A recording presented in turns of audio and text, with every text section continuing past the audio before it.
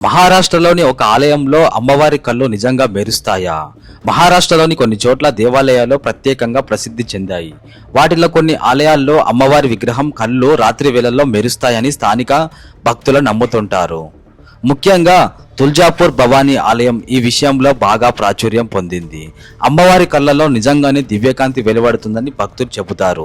రాత్రి వేళల్లో లేదా దీపారాధన సమయంలో ఆ కళ్ళు ఒక ప్రత్యేకమైన ప్రకాశం ఇస్తాయని చెబుతారు. కొందరికి ఇది జీవవంతమైన దేవిశక్తి ఉనికిని సూచించేలా అనిపిస్తుంది.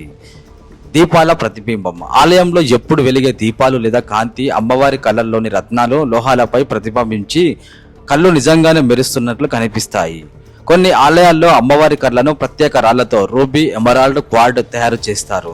ఇవి కాంతిని తాకినప్పుడు మెరుస్తాయి. భక్తుల విశ్వాసం వల్ల వాళ్ళు దైవాన్ని మరింతగా అనుభూతి చెందుతారు. వారికి అది నిజమైన దివ్య కాంతిలా అనిపిస్తుంది. చాలా మంది భక్తులు దీని దేవశక్తి ప్రత్యక్షంగా భావిస్తారు.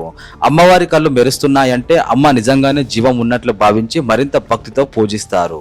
మహారాష్ట్రలోని కొంతమంది ఆలయాల్లో అమ్మవారి కళ్ళు మెరుస్తున్నాయనేది విశ్వాసం ఉంది. ఇది కొంతవరకు ప్రకాశం, ప్రతిబింబం వల్ల, కొంతవరకు రత్నాల ప్రత్యేకత వల్ల జరుగుతుందని శాస్త్రీయంగా చెప్పవచ్చు. కానీ భక్తులకు మాత్రం ఇది ఒక దివ్య అనుభవం, దేవిశక్తి ఉనికిని సూచించే అద్భుతం.